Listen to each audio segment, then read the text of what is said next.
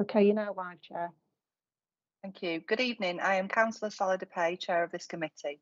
I would like to inform everyone present that this meeting will be broadcast live to the internet via the Council's website and will be capable of repeated viewing. The images and sounds recorded may be used for training purposes within the Council. In order to ensure that the meeting is managed effectively, can everyone please keep to the following guidelines for speaking. Councillors should only use the raise your hand function to request to speak. Only speak when invited to do so by the chair. Please switch off your camera and microphone when not speaking, and remember to set your mobile phone to silent for the duration of the meeting. Any views expressed by any speaker in this meeting are the speaker's own, and they do not necessarily reflect the views of the council. Please can councillors be aware that the webcast will continue to be streamed live 20 seconds after the close of the meeting. This is due to a time delay in transmitting live. I will now confirm the names and the members of the committee. Councillor Dupay, Councillor Baker, Councillor Benzer, Councillor Capper, Councillor Evans, Councillor Hacking, Councillor Hardy, Councillor Hulston, Councillor Kirkham, Councillor Mackey, Councillor McEwen, Councillor Roberts and Councillor Gardner. Thank you. We do have apologies for absence. So Councillor Evans has sent his apologies. Can we please approve the minutes of the previous meeting? Can I have a proposer and seconder? I can't see any hands go up. Thank you, Councillor McEwen. Can I have a seconder on those, please? Thank you, Councillor Baker. Yeah, thank you. Okay, to receive disclosure of interests and any matters arising before the committee this evening, disclosable pecuniary interests or any other interests. Does anybody have any? I can't see any hands raised. Okay, can we go to item 4? And if we are ready.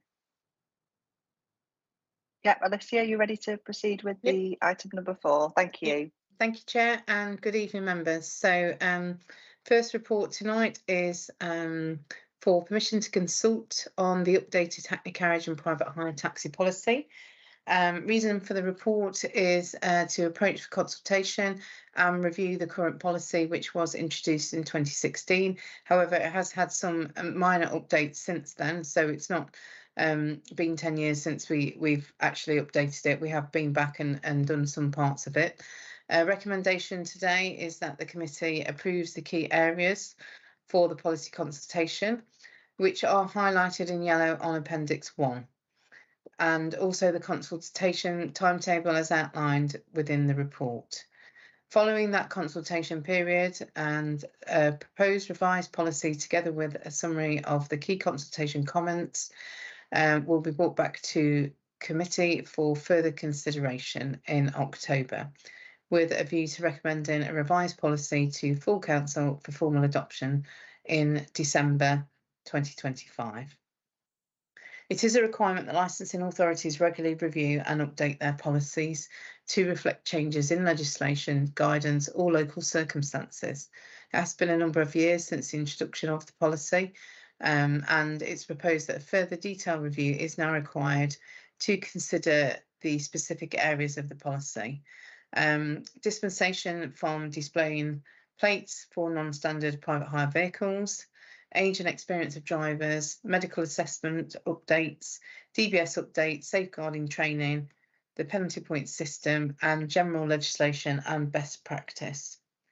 The report and appendices do set out the background to the proposed consultation exercise and confirms the issues on which it is proposed that we will consult. It is a requirement that the revised policy must be approved by full council, and such approval cannot be granted unless consultation has been undertaken, with a range of statutory bodies and other organisations deemed appropriate. Section 7.11 of the report does outline the proposed timetable in respect of the consultation and the adoption of the revised policy. The main areas for the policy review is around our dispensation and our executive hires. So there are proposals within the new policy that we are requiring all vehicles to now be plated and to demonstrate that they are licensed with High Peak Borough Council. This is for safeguarding reasons, safety reasons. So we will be requiring that. Our existing executive hires that currently have dispensation will be allowed a grace period to comply with that. The dispensation has been a legacy issue within High Peak for many, many years.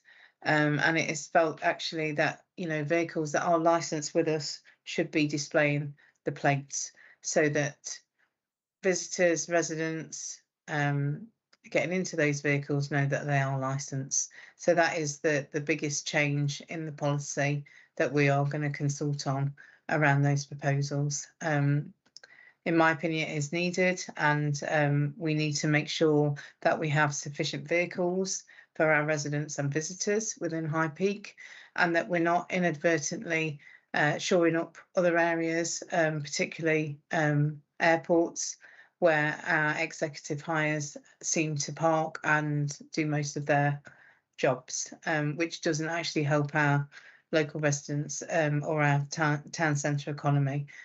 We have also proposed in the policy that where executive hires do want to stay with us and plate their vehicles, that they will have to demonstrate to us that they are carrying out at least 25% of their journeys within the High Peak area. Again, to make sure that we have sufficient drivers and sufficient vehicles for our local need within the authority. Happy to take any questions, Chair. Thank you very much. Thank you for that extremely thorough report. I think the points that you made with regards to safeguarding are extremely important. I'll just take some questions. So, Bob, you have your hand up. Would you like to ask Alyssa a question? Yeah, just one thing what's happening a lot in Glossop at the moment is these Uber taxis. I know you've got to ring them, but they seem to come in from out of the area. Quite often they look at, and you know, the local taxi drivers are very annoyed. Is there any way that we can regulate them or anything? Thank you. We can't regulate them as such. What we can do is make sure that they're not encroaching on the ranks and that they are operating correctly. So we will have, and we have had enforcement, and we will continue to do enforcement on the ranks and make sure that the rank discipline is adhered to. And where we do see issues with them, we will be reporting them. They will be registered with an authority through Uber. But as to controlling them, it's very difficult. That needs a change in central government, I'm afraid. Sorry, go on. And you know, we're still waiting on that, really. With the introduction of our policy at local level, we are attempting to make sure that we have got enough taxis and enough drivers to work out of High Peak, and where we can to discourage, you know, other drivers and vehicles that are registered out of the area, really. And the only way we can do that is be visible and enforcement, really, and make sure that where they are encroaching onto our drivers' ranks, that they are reprimanded and, you know, actions taken against them.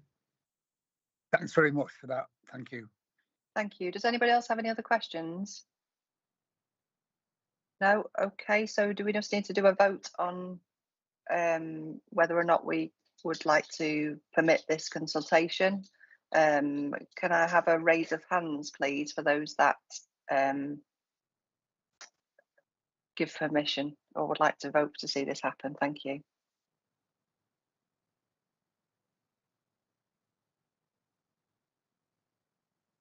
I'll raise my hand as well. So yeah, sorry. Just before we do the vote, can I ask? I was a bit delayed. Can I ask a couple of questions? Of course you can. Sorry, Paige. Yeah. So yeah, if everybody just lowers the hands again. Sorry, just for formalities. And Paige asks her questions, and then we'll go back to the vote. Sorry. Go ahead, Paige. Yeah. Sorry. I have some questions regarding the report and the appendix. Is there any reason why we've introduced the requirement for vehicles to be silver, new ones? Because I wasn't sure. It just stood out as why must the new vehicles be silver? It's just I'll explain that. It's not a new requirement. It was in the old policy. So members decided at Legacy a good few years ago that they would like all of their vehicles to be a certain colour and be decaled up so that they were obvious that they were vehicles for that purpose. So that was where the colour came from on that. Okay, and another question that I had was regarding the accepting disabled fares and ensuring that they can see the license as well. And I might be just being really picky now, but are the fares, do the fares reflect the overall cost to the drivers if the majority of their or a significant amount of their customers had some form of disability? Because surely it should be shared by all customers rather than being a loss on the driver or operator, if that makes sense. It does absolutely make sense. So yeah, I mean, we have zero tolerance policy. The drivers have to charge the same amount regardless of any disability or any mobility or anything like that. And if we do find or we have any complaints to the contrary, we will take a zero tolerance to that. And that is shored up in that policy now to make sure that we have addressed this issue. And we haven't had many issues or complaints around, you know, drivers unwilling to unload or load or time factors, etc. So we've made that very clear to drivers that, you know, if it's a Hackney, that the Hackney, the clock goes on when everybody is secured in that vehicle. It doesn't go on before they start to load, etc. It goes on and they are fair to everybody regardless. Yeah, I meant, you know, we set the maximum fare. I'm just wondering whether it's high enough that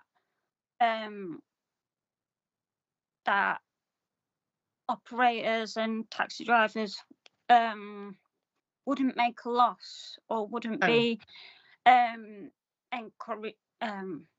encouraged to find a loophole where they wouldn't have to accept passengers or whatever. Okay, sorry, apologies. So around the fares are set. Now they're not set, well, they are set by High Peak, but they're set by drivers as well. So drivers can approach the local authority any time to have those fares changed. So they did come to us a few years back now, probably maybe 3 or 4 years, and I'm not quite sure on the time. And that was brought to committee where they requested that they could have an increase on, particularly around the night economy, because they were struggling to get drivers to work at night because they felt that it wasn't worth their while. So it's purely within the driver's control. And they, you know, can come to the local authority and request a review on those fares. We haven't had one to date yet since the last one, but absolutely, if we did, we would bring it to committee and that would be discussed. And generally, the drivers come as well, and they give their the statements as to why they feel that they need the increase around that. So we have, you know, we've been very sensitive to that over the past few years around that. So there should be no reason that any driver is at a loss for carrying any passenger. Okay, and the second bit of that was being able to identify the vehicle, and having a sensory loss myself, I immediately, which is hearing but different, I immediately thought, well, what if you can't see it? Are we going to provide some sort of braille or auditory copy of this license for people who may, for whatever reason, not be able to see or read? We can certainly look at that and get some advice as to what standard signs are available, and absolutely we'd be committed to that as a local authority. You know, it's not something that, you know, I'll be honest, that we have considered, but absolutely now it's been raised, we will definitely look into that, and we'll you know, we'll get some samples of different, and you know, if you'd like to be part of that, Councillor Hacking, to assist us with that, we'd be grateful, you know, if you're willing to do that, but absolutely we will, and attempt to get something in the vehicles, at least on the dashboards, that could help. Okay. And anything else that's on the market at the moment, we'll certainly do some research and have a look for you. Okay, and one more question, and then I'll be quiet. I was a bit confused by the paragraph of like not refusing passengers based on a disability. Does that mean that all operators need to have at least one vehicle which can transport a wheelchair user? Or because I was a bit like, yeah. Yeah, so absolutely, we seek to try and secure that with compliance.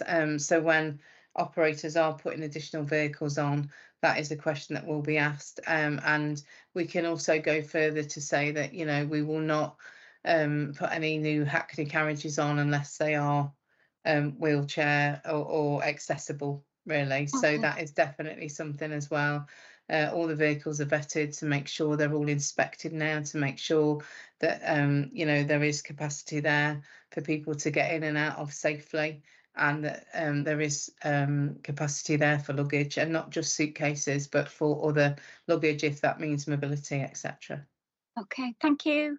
Thank you. Thank Thank you, Paige. Some really good points there. That's really good, especially about the visual, or you know, the non-visual things.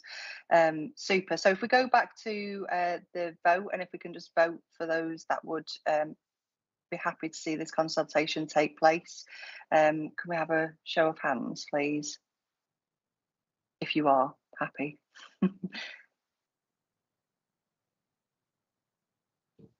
I'll just wait till everybody's voted, Chair, and then I'll just double Okay. check and let you know. Okay. Yeah.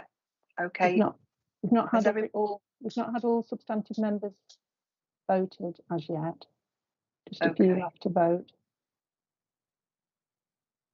And then we'll. Okay, if you lower your hands, and then anybody who's not happy, who isn't happy with this, to go to consultation, if you can please raise your hands if you are not happy for this to go to consultation.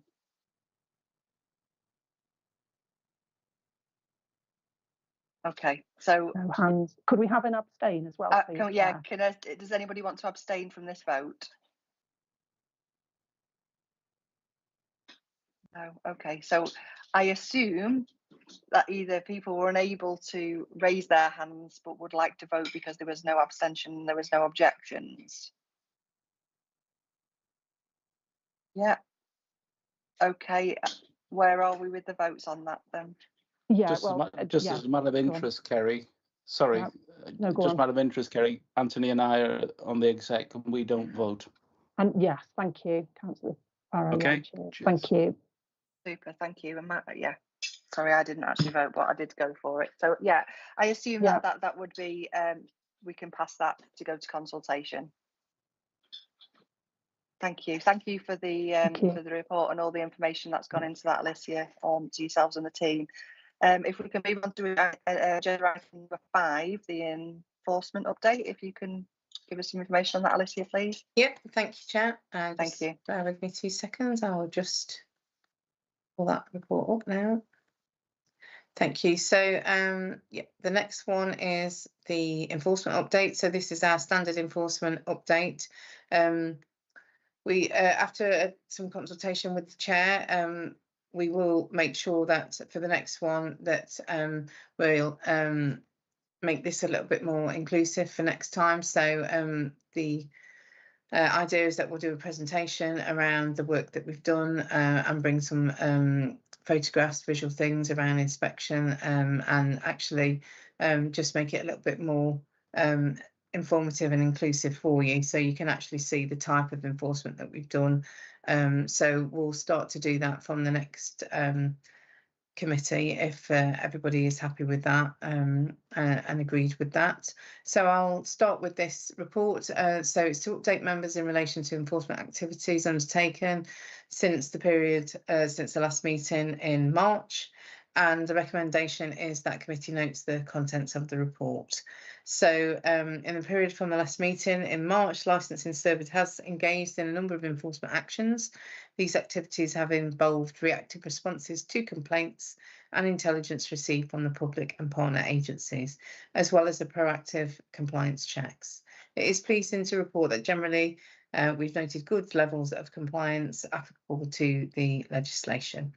Officers do seek to encourage licence holders to conduct their activities in a safe manner and maintain those good standards to comply with the law. Officers have to exercise considerable discretion when approaching individual licence holders, as licensees can often be anxious to comply with the law. And for such cases, the officer's role really is to provide that guidance and advice. However, in carrying out those functions, officers are authorised with a wide range of powers and may, for example, require entry at any reasonable time and the production of certain documents.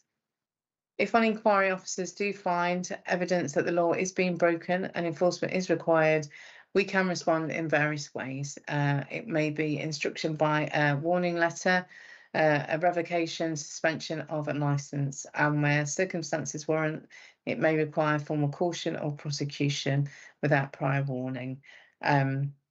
Or alternative sanctions. Officers will have due regard to relevant enforcement policies when determining the most appropriate course of action. 3.4 is the summary of enforcement action that has been carried out since the last meeting. So you can see on there it's broken down to the main categories that we deal with around licensing. The council does send out one reminder to drivers 60 days before their licence is due to expire, advising of any additional checks, including DBS, medical assessments, MOT requirements, etc. We are also moving towards a more digital platform for drivers. So we have a one-stop shop really for them to be able to go on one single platform, be able to apply online, pay online. The safeguarding is now online as well. So hopefully that will streamline things further. We're also working, the team's working with drivers and operators to ask a preferred method of communication with them. Most of them do use mobile devices now. So we will be looking to essentially send out reminders by text messages as opposed to a traditional letter, which often gets lost or isn't read fully. So I think snapshot bite-size text messages, just reminding drivers to submit application, to submit medicals, etc., may be a better way forward and easier for the drivers to be able to respond to the local authority. Thank you. Chair, happy to take any questions.